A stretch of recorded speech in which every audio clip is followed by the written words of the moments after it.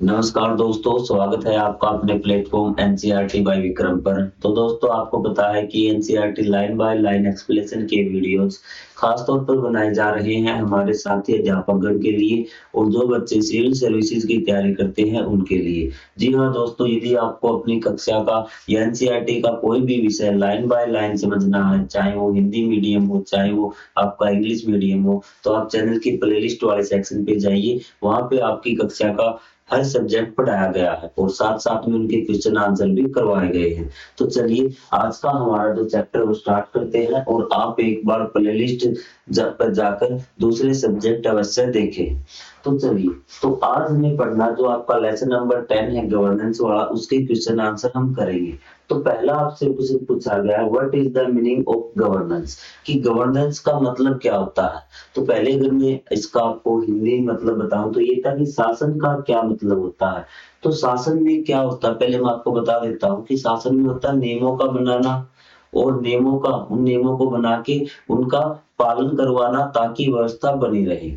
ठीक है, तो एक मैं उदाहरण दे के आपको समझाता हूँ ताकि आप रिलेट कर पाए कि वो चीजें होती क्या है। ठीक है, यदि हम कोई गेम खेल रहे हैं, ठीक है, अगर कोई गेम में कोई नियम न हो तो क्या होगा। मान लेते क्रिकेट ही आप खेल रहे हैं या आपका कोई भी गेम, कि कौन बैटिंग करेगा, कौन फील्डिंग करेगा, किस प्रकार से 4 रन मिलेंगे, किस प्रकार से 6 रन मिलेंगे, अगर कोई भी नियम न हो तो अव्यवस्था फैल जाएगी।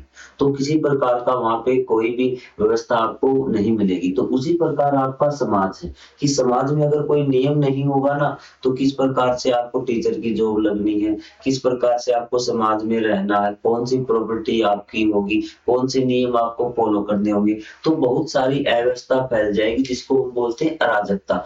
तो एक व्यवस्था बनाने के लिए, जैसे अब हम जी रहे हैं, तो उसके लिए क्या है, नियम बनाने पड़ते हैं और उन नियमों को बनाना और उन नियमों को पालन करवाना ताकि समाज में व्यवस्था बनी रहे, उसी को हम शासन बोलते हैं, गवर्नेंस बोलते हैं। अब देखिए आपको आंसर लिखना कैसे है। गवर्नेंस मीन्स, कि गवर्नेंस का मतलब है, गवर्नेंस का मतलब क्या है, making rules and laws for society, कि आपका क्या बनाने हैं, आपको रूल्स और लॉज बनाने हैं आपको सोसाइटी के लिए, नियम और कानून आपको समाज के लिए बनाने हैं। Governance means making of laws and rules for the society. पहली लाइन क्लियर, समझ में आ गई, कोई डाउट नहीं इसमें।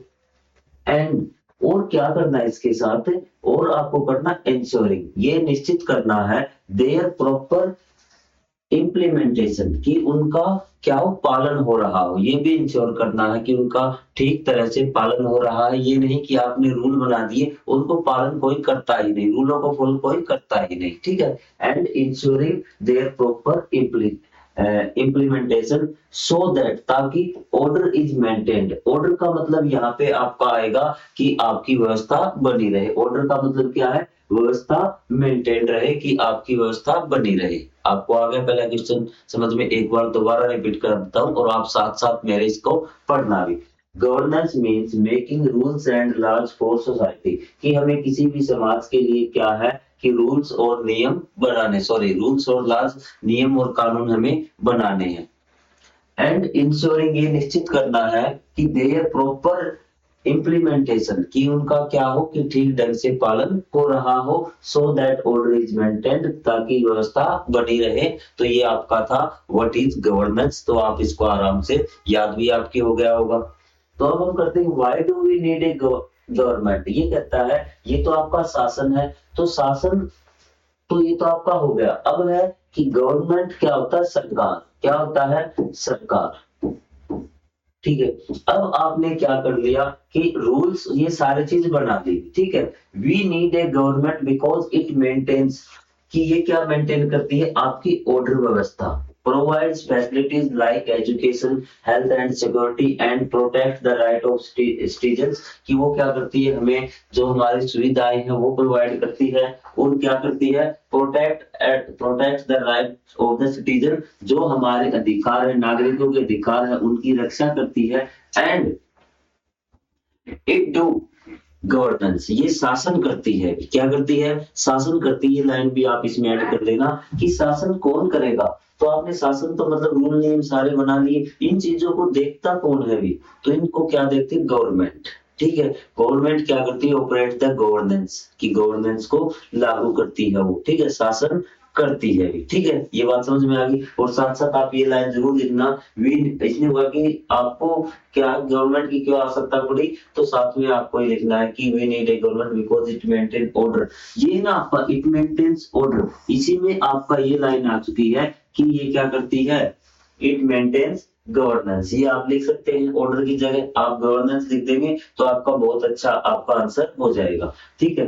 प्रोवाइड्स फैसिलिटीज लाइक, वो हमें क्या सुविधाएं देती है, जैसे कि एजुकेशन है, हेल्थ है एंड सिक्योरिटी, और हमारी रक्षा करती है। And protect the rights of the citizen, और जो क्या है कि राइट्स होता है आपका अधिकार, जो नागरिकों के अधिकार है उनकी रक्षा करती है, ताकि आपका किसी प्रकार से शोषण न हो, आप पे किसी प्रकार का अत्याचार न हो। तो ये चीज समझ में आ गई। दूसरा तो आपको ये क्या कर लेना, मेंटेन्स ऑर्डर है, यहाँ पे क्या कर लेना कि बिकॉज इट मेंटेन्स गवर्नेंस, ये गवर्नेंस को क्या करती है, मेंटेन करती है, शासन को बनाए रखती है, ठीक है। फिर उसके बाद है आपका third question, what is the meaning of democracy. Democracy होता है आपका प्रजातंत्र। क्या होता है, प्रजातंत्र बोलते हैं इसको, लोकतंत्र बोलते हैं हिंदी में। तो ठीक है, व्हाई इट इज इंपॉर्टेंट, और ये क्यों जरूरी है, ठीक है। Democracy means A government elected by the people, की डेमोक्रेसी हम उस तंत्र को कहते हैं जहाँ क्या जो गवर्नमेंट है ना, जो शासन करते हैं, जो लोगों का समूह शासन करता है, तो उसको हम क्या बोलते हैं, सरकार बोलते हैं। तो वो सरकार किसके द्वारा चुनी जाती है, इलेक्टेड बाय द पीपल, वो लोगों के द्वारा चुनी जाती है। लेकिन ऐसा नहीं होता, आपका एक इसका होता है प्रजातंत्र है ना, तो इसका एक राजतंत्र होता है। राजतंत्र में क्या होता है, कोई भी शक्तिशाली आदमी कहता है कि मैं तुम्हारा राजा हूँ और मेरे रूल आपको मानने पड़ेंगे। जैसे एक कंट्री है आपका उत्तर कोरिया, उसमें एक शासक है किम जोंग उन, आपने नाम भी सुना होगा। वो कहता है कि मैं तुम्हारा राजा हूँ, ठीक है, वो राजा बन गया अपनी मर्जी से, क्योंकि वो शक्तिशाली, उसके पास पावर है, ठीक है। जो बड़े बड़े लोग हैं वो उसकी बातें मानते। उसमें क्या है, वो कहता है कि मैं राजा हूँ और मेरे अकॉर्डिंग ही आपको चलना होगा, जो मैं कहूंगा। अब उसने इतना ज्यादा मतलब कि वहां पे रूल्स अपने अनुसार बना रखे हैं कि जो लोग, जो मैं कहूंगा वही आप कटिंग कराएंगे, वैसे ही कपड़े पहनेंगे, ठीक है, मेरे इच्छा के अनुसार आप सारे काम करेंगे। लेकिन आपका प्रजातंत्र में क्या होता है कि जो सरकार होती है ना, वो लोगों के द्वारा चुनी जाती है। It is important. ये इम्पोर्टेंट क्यों है, सबसे पहले आपने प्रजातंत्र तो बता दिया कि प्रजातंत्र वो होता है कि इन विच गवर्नमेंट इज इलेक्टेड, की गवर्नमेंट का जो चुनी जाती है बाय द पीपल, लोगों के द्वारा चुनी जाती है, ठीक है। It is important because it gives equal right to everyone. प्रजातंत्र में क्या कि सभी को समान अधिकार मिलते हैं, ये चीज समझ में आ गई। And ensure peoples participation in decision making, और जो डिसीजन होता है, जो फैसला लेते हैं, तो उसमें सभी लोगों का क्या है, उसमें सभी लोगों को अधिकार मिलता है, सभी लोग उसमें सहभागिता से अपना फैसला लेते हैं। ये नहीं कि कोई अकेला आदमी फैसला ले लेगा। ये बात आपकी अगर मैं बताऊं, समझाने लग जाऊं तो आपको पूरा लेसन पढ़ना पड़ेगा। तो इससे बढ़िया कि आप एक बार लेसन का हिंदी अनुवाद जरूर पढ़ लें, ताकि आपको चीजें सारी समझ में आ जाए। तो आपको पता चल गया कि what is meaning of democracy. In the democracy the government is elected by the people, एक ही लाइन है कि in democracy in which the government is elected by the people, की जो आपकी गवर्नमेंट है वो लोगों के द्वारा चुनी जाती है। It is important because it gives, ये क्या देती है, equal rights to the all people, की सभी लोगों को बराबर आपका अधिकार देती है, इक्वल राइट्स टू एवरीवन। तो ensure peoples participate in decision making, कि जो भी फैसला होता है ना, कोई भी नियम या कानून बनता, हमने ऊपर पढ़ा था नियम या कानून बनते हैं, उसमें सभी लोगों की सहभागिता होती है। और सभी लोग किस प्रकार से सहभागिता करते हैं, इसके लिए आपको अध्याय पढ़ना पड़ेगा। ये चीज समझ में आ गई। ये थे आपके इंपॉर्टेंट क्वेश्चन जो लेसन के स्टार्टिंग में आपको दिए हुए मिलते हैं। उसके बाद हम बात करते हैं क्वेश्चन नंबर 1, सेम यही आ गया, what is democracy, what is the difference between direct democracy and representative democracy. अब देखिए, डेमोक्रेसी का तो मतलब आपको मैंने पहले बता दिया कि democracy means A government that is elected by people, कि एक डेमोक्रेसी का मतलब वो है कि जहां पर क्या है कि जो आपकी गवर्नमेंट है वो किसके द्वारा चुनी जाएगी, लोगों के द्वारा चुनी जाएगी, वोट डालकर वो चुनी जाएगी। अब आपका डायरेक्ट डेमोक्रेसी क्या होता है? Citizen directly vote and make decision. कि डायरेक्ट डेमोक्रेसी हिंदी में बोलते हैं इसको प्रत्यक्ष प्रजातंत्र या लोकतंत्र। इसमें क्या होता है, कोई भी डिसीजन आपको लेना होता है तो लोग डायरेक्ट क्या करते हैं, वह अपना वोट डालते हैं। अब हम बात करते हैं एक छोटे से गांव की, हम बात करते हैं कि ये गांव है, ठीक है, या देश है, इसकी जनसंख्या आपकी 50-60 हजार है, लाख है, 2 लाख है, 3 लाख है। तो यहाँ पे कोई फैक्ट्री बननी है कि फैक्ट्री बननी चाहिए या फिर नहीं बननी चाहिए, या फिर ये फैसला करना है कि जो फैक्ट्री हो कहाँ पर बनेगी। तो उसमें क्या करेंगे कि इस देश के सभी लोग क्या करेंगे, पार्टिसिपेट करेंगे।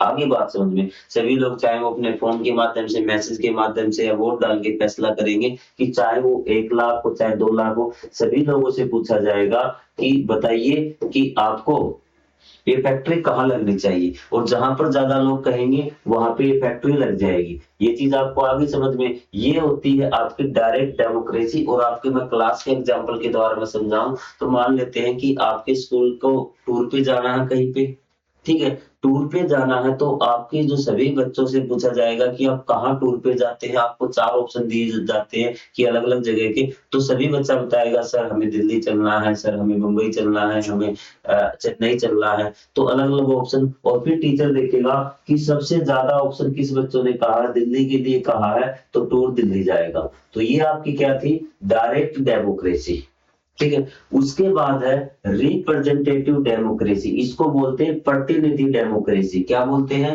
प्रतिनिधि डेमोक्रेसी। अब प्रतिनिधि डेमोक्रेसी क्या होती है समझिए, आप उसी प्रकार मैं एग्जांपल देता हूं, ठीक है। अब आपका क्या है कि ये जो देश था आपका, जहां सारे लोगों से पूछा गया था, अब क्या करेंगे हम कि इसमें इस देश को टुकड़ों में बांट दिया, कि इसके छोटे छोटे टुकड़े कर दिए, 5 टुकड़े कर दिए, ठीक है। तो इसमें क्या होगा कि इसके जो इस टुकड़े के हैं, ये जो कोई भी राज्य लगा लीजिए, इसका एक प्रतिनिधि बना दिया कि सभी ने चुन के क्या कर लिया है, अपना एक वोट डाल के अपना एक नेता चुन लिया। उसी प्रकार इसने चुन लिया, इसी प्रकार इस क्षेत्र ने, इसी प्रकार इसने 5 प्रतिनिधि हो गए 5 क्षेत्रों से। अब आपको क्या पूछा जाएगा, अब इन लोगों से पूछने की बजाय, क्योंकि इन लोगों ने अपना प्रतिनिधि चुन लिया ना, प्रतिनिधि चुनने का मतलब कि ये जो प्रतिनिधि चुना है इसकी बात हमें मान्य है, हम इसकी बात से सहमत हैं। तो अब सभी लोगों से पूछने की बजाय सिर्फ इन 5 प्रतिनिधियों से पूछा जाएगा कि वो फैक्ट्री कहाँ लगनी चाहिए। अब जहां पे ये 5 प्रतिनिधि कहेंगे ना, जहां पे ज्यादा प्रतिनिधि कहेंगे, मान लो कि 3 ने कहा यहाँ पे लगनी चाहिए और 2 ने कहा यहाँ पे लगनी चाहिए, तो यहाँ पर ये फैक्ट्री लगेगी।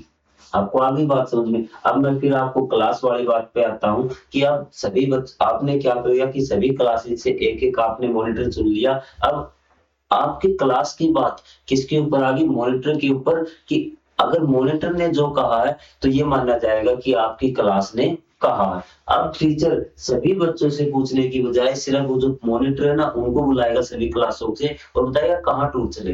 तो वहां से अगर जितने ज्यादा आपके प्रतिनिधि कहेंगे, मॉनिटर कहेंगे, जहां पे बहुमत हुआ वहां पे क्या होगा, वहीं पे चला जाएगा। वो आपकी होती है representative democracy. Citizen elect representative, जो लोग हैं, सिटीजन मतलब नागरिक, अपने रिप्रेजेंटेटिव मतलब प्रतिनिधि चुनते हैं। वो take decision on behalf of the people, जो कि उन लोगों के आधार पर, मतलब उन लोगों की तरफ से क्या है, फैसला लेते हैं। मतलब सभी से पूछने की जरूरत नहीं है, वो आपका मुखिया मान लीजिए, प्रतिनिधि मान लीजिए, ठीक है। जैसे आपके घर में है, आपका जो बड़ा होता है ना, वो आपके घर का एक रिप्रेजेंटेटिव के माध्यम से होता है। अभी आपकी किसी की शादी में जाना है, नहीं जाना, आप कहेंगे हमारे पापा ने मना कर दिया, हम नहीं जाएंगे। आपका फैसला किसने ले लिया, आपके पापा ने ले लिया अभी, ठीक है। वो क्या है, रिप्रेजेंटेटिव है, ठीक है। तो ये सारी चीजें आपको समझ में आ गई होंगी कि 2 प्रकार की डायरेक्ट डेमोक्रेसी में क्या था, citizen directly vote and make decision, जो फैसला लेते हैं वो क्या डायरेक्ट सिटीजन आपके वोट डालते हैं, वो फैसला लेते हैं, चाहे वो किसी प्रकार का फैसला हो, ठीक है। लेकिन रिप्रेजेंटेटिव डेमोक्रेसी में क्या होता है कि जो नागरिक है वो अपने रिप्रेजेंटेटिव चुनते हैं, अपने प्रतिनिधि चुनते हैं, और वो क्या करते हैं, वो टेक डिसीजन, वो डिसीजन लेते हैं on behalf of the citizens. वो उन सिटीजंस के, लोगों के आधार पे, जिन लोगों का प्रतिनिधि है ना, उनके आधार पे वो अपना फैसला लेते हैं, ठीक है। अब क्वेश्चन नंबर 2, जहां पर भी डाउट लगे आप कमेंट करके बता देना सर हमें ये चीज समझ में नहीं आई। मैं आपको क्वेश्चन याद करवाने नहीं आया, मैं आपको क्वेश्चन समझाने आया हूँ कि ट्रांसलेट तो आप कर ही लेंगे, कुछ ना कुछ तो आप लिख ही देंगे, अगर आप याद नहीं कर पाते तो कि कुछ तो आप लिखें। ठीक है, सारी जिंदगी भर आपको ये टॉपिक याद रहे, मेरा मकसद ये रहता है, न कि आपको रटवाना। अगर रटवाना आता तो मैं आपको पीडीएफ दे देता, ले बेटा ये याद कर लो, और बार बार बोल के आपको याद करवा देता। ठीक है जी। What are the three organs of the government? What are their different role? कि आपके जो गवर्नमेंट होते हैं ना उसके 3 अंग होते हैं। ठीक है, जैसे हमारे शरीर के अंग है ना, कि हमारा मुंह है खाना खाने का काम करता है, पाचन तंत्र है पचाने का काम करता है, ठीक है, जो आपका और श्वसन तंत्र है वो सांस लेने का काम करता है, ठीक है, तो आपका जो कंकाल है वो शरीर को सपोर्ट करता है। इसी प्रकार हमारी सरकार है ना, उसके भी 3 अंग है और उनके क्या क्या काम है। तो सबसे पहले लेजिस्लेचर भी क्या है, लेजिस्लेचर जिसको हिंदी में बोलते हैं विधायिका। क्या बोलते हैं, विधायिका। उस अंग का क्या काम है, उसका काम है मेक्स लॉज, की मेकिंग लॉज, कि उसका काम है नियम व कानून बनाना। तो विधायिका क्या करती है, नियम व कानून बना देती है, बना दिया आपके काम, आगे आपको बात समझ में। दूसरा जो अंग है वो एग्जीक्यूटिव, इसको बोलते हैं कार्यपालिका। क्या बोलते हैं, कार्यपालिका। थोड़ा सा ये बफरिंग हो रहा है आपको स्क्रीन, आपको मेरी बातें सुननी है सिर्फ, बोर्ड पे अगर आपको दिख रहा है तो भी ठीक है, नहीं दिख रहा है तो भी ठीक है, ठीक है। तो दूसरा होता है आपका एग्जीक्यूटिव, इसका काम होता है इम्प्लीमेशन ऑफ द लॉज, कि जो लेजिस्लेचर ने जो आपके नियम व कानून बनाए हैं उनको पालन कौन करवाएगा, ठीक है, तो वो करवाएगा आपका एग्जीक्यूटिव। एग्जीक्यूटिव का क्या काम होता है, implements of the laws and rules, की लॉज और रूल है ना, मेड बाय लेजिस्लेचर। आप ले सकते हैं कि लेजिस्लेचर ने, जो आपके विधायिका ने जो नियम व कानून बनाए हैं उनका पालन करवाना किसका काम होता है, एग्जीक्यूटिव का काम होता है। और आपका थर्ड जो आपका ऑर्गन्स होता है, अंग होता है, वो होता है जुडिशरी। क्या होता है, जुडिशरी, इसको बोलते हैं न्यायपालिका। वो क्या करती है, ensure laws are followed and provide justice, कि वो ये इंश्योर करती है कि नियमों का पालन हो रहा है ठीक ढंग से। अगर नियमों का पालन न हो तो मेन है कि आप इसमें यही बात लिख लें, प्रोवाइड जस्टिस। ये क्या करती है कि आपको न्याय देती है, कि वो also check the rules and laws, कि जो आपके रूल्स बनाए हैं ना और लॉज बनाए हैं, जो कानून आपके बनाए, नियम आपके बनाए हैं, जुडिशरी ये चेक करती है कि वो आपके सही है या फिर गलत है। तो आपको क्या है, या आपकी लेजिस्लेचर है, या उसने नियम बना दिया कि कोई भी व्यक्ति शाम को खाना नहीं खाएगा भी, तो लोग भूखे मर जाएंगे। तो ये जुडिशरी क्या कहेगी कि आपने नियम गलत बनाया है। वो ये भी देखती है कि जो नियम और कानून बनाए हैं आपके लेजिस्लेचर ने, वो आप जनता के लिए लाभदायक है या फिर नहीं है। कोई ऐसा नियम या कानून तो नहीं बना दिया जाता है कि जो आपके लिए गलत होगी, ठीक है। और आपके पुराने नियमों का आल्सो चेक द, जो आपके नियम है ना उनको, और साथ में आपका लेजिस्लेशन है या न्यू नियम तो बनाती है, and also check the old laws and rules, कि जो आपके पुराने नियम है जो अब आपके बेकार हो गए, मतलब अब आपके किसी काम के नहीं हो। जैसे हमारे कोरोना में रूल्स बना दिए गए थे, ठीक है, हमें 6 लोगों को इकट्ठा नहीं होना है, ठीक है, मुंह पे मास्क रखना थे, रूल्स बना दिए गए थे आपके लेजिस्लेचर के द्वारा, विधायिका के द्वारा। लेकिन समय के साथ क्या हुआ, जब कोरोना चला गया, उन नियमों की कोई जरूरत नहीं है, तो लेजिस्लेचर ने वो क्या कर दिए, खत्म करती है उस नियमों की। इस प्रकार ये नए नियम भी बनाती है और पुराने नियमों को भी देखती रहती है कि क्या वो सही है या नहीं। अगर वो सही नहीं होते, उनकी जरूरत नहीं होती, तो उनको हटा देती है।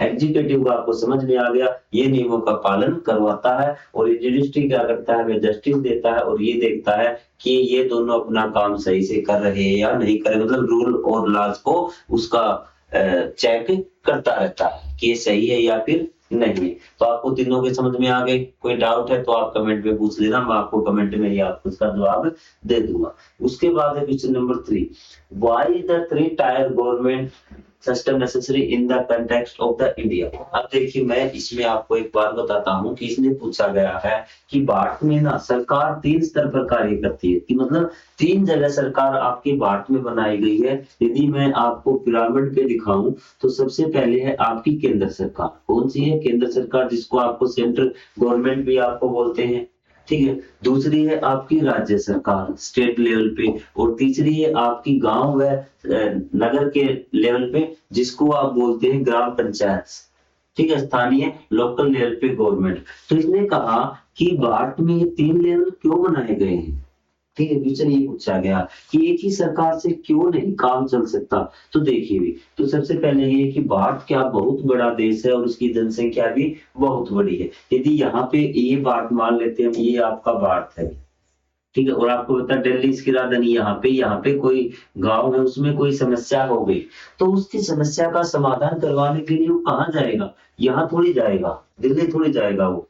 और कितने लोग दिल्ली जाएंगे पूरे भारत से। तो इसलिए क्या किया गया है कि अलग अलग राज्यों में एक तो आपकी पूरी केंद्र सरकार बना दी गई है, जो पूरे देश के लिए जो चीजें जरूरी है ना, देश की रक्षा करना, दूसरे देशों से क्या संबंध बनाना है, रेलगाड़ियां, कुछ इसकी जिम्मेवारी लगा दी गई कि ये काम क्या देखेगी, केंद्र सरकार करेगी, मतलब आपकी सेंट्रल गवर्नमेंट करेगी। फिर आपका राज्य सरकार बना दी गई कि हर एक राज्य की सरकार बना दी कि उससे थोड़ा सा छोटा काम है वो कौन देखेगी, राज्य सरकार देखेगी। और फिर आपकी स्थानीय लेवल पे भी सरकार बना दी, जिसको लोकल गवर्नमेंट बोलते हैं। अब इस गांव में जो समस्या थी ना, तो उसके लिए इसको न तो केंद्र सरकार के पास जाना है, न इसको स्टेट गवर्नमेंट के पास जाना है। इसकी समस्या के लिए अपने लोकल जो गवर्नमेंट है ना उसके पास जाएगा। मतलब अगर आपका शहर है तो जिला परिषद के पास जाएगा, यदि गांव है तो गांव के सरपंच के पास वो जाएगा अपनी समस्या को लेके। इससे क्या होगा कि वो अपनी समस्या का समाधान उसका हो जाएगा। तो आपको समझ में आया, क्योंकि इंडिया बहुत ज्यादा बड़ा देश है, इसकी जनसंख्या बहुत ज्यादा है, तो जो गवर्नमेंट है वो हर आदमी तक नहीं पहुंच पाती। लेकिन अगर आपका देश छोटा होता तो हम एक लेवल पे सिर्फ सेंट्रल गवर्नमेंट से काम चला सकते थे। अब कुछ बुक्स में क्या कर दिया गया कि तीनों गवर्नमेंट के बस रूल आपको बता दिए गए। मेन आपको उत्तर देना है कि जरूरत क्यों पड़ी भारत में 3 लेवल पे सरकार बनाने की। तो देखिए, what is the three tier government system research in the context of the India?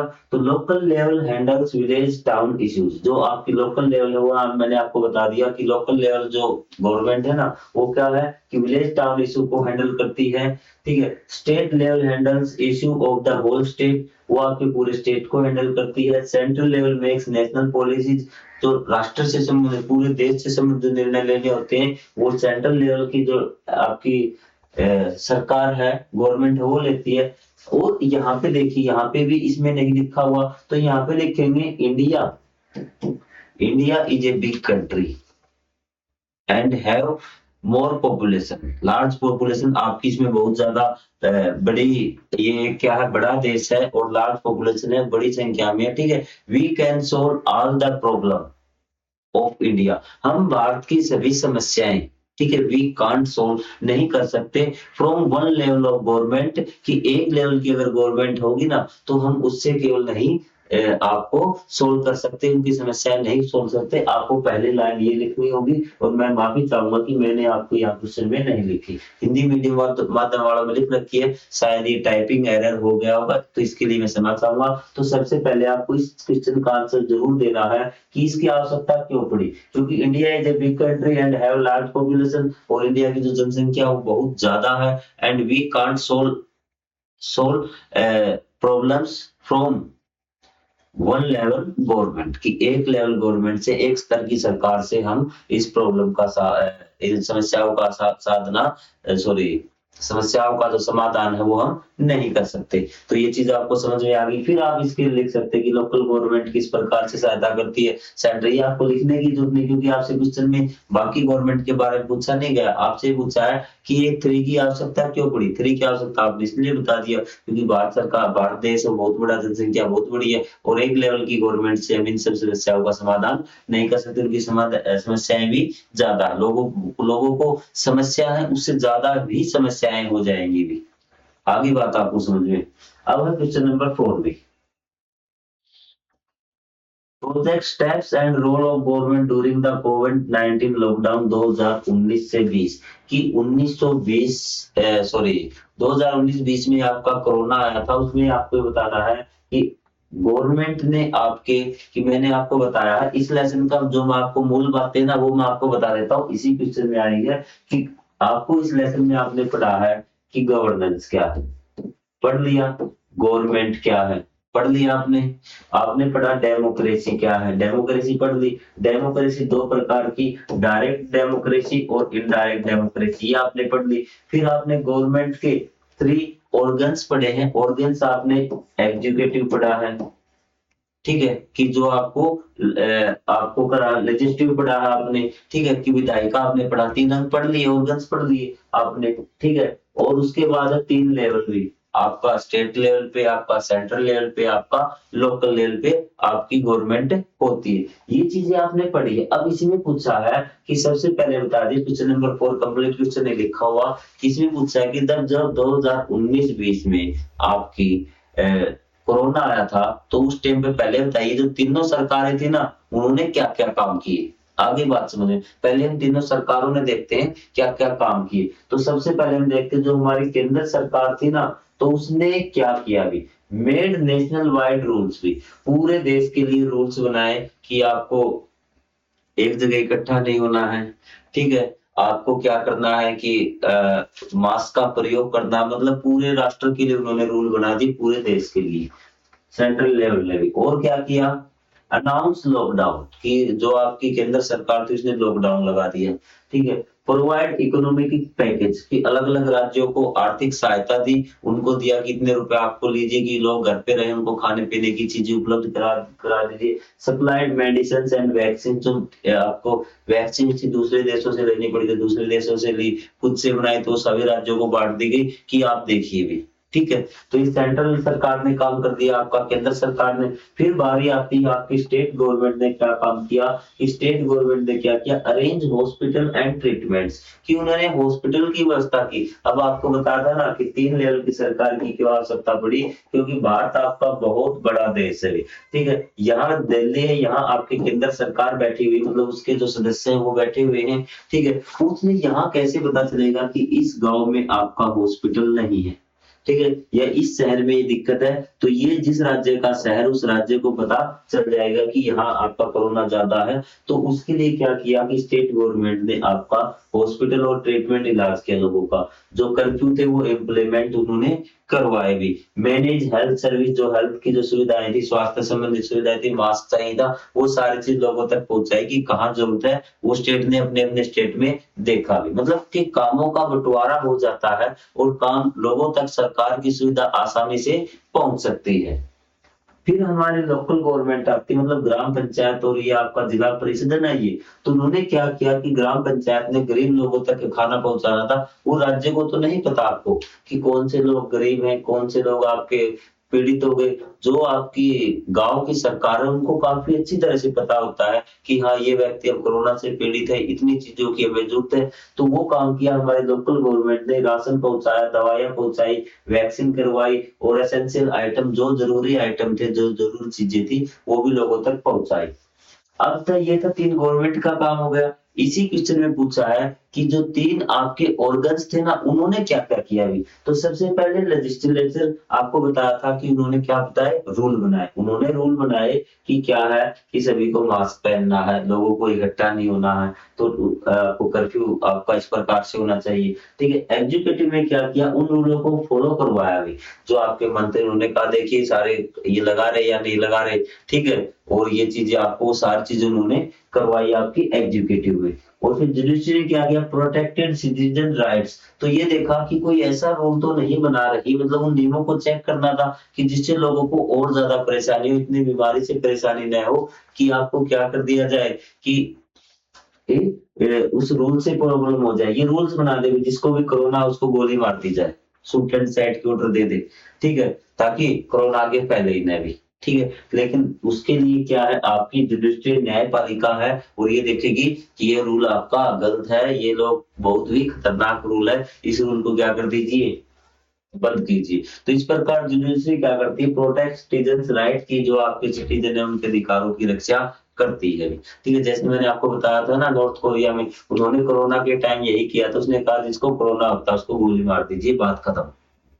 Corona फैलेगा ही नहीं। तो अब आप बताइए कि आपको कौन सा क्वेश्चन समझ में नहीं आया। यदि आपको कोई ऐसा क्वेश्चन है जो आपको समझ में नहीं आया तो आप कमेंट करके पूछ सकते हैं और आप चैनल की प्लेलिस्ट पर एक बार अवश्य विजिट करें। तो मिलेंगे हम अगले लेसन के क्वेश्चन आंसर में। तब तक के लिए जय हिंद, जय Bharat. Thank you very much.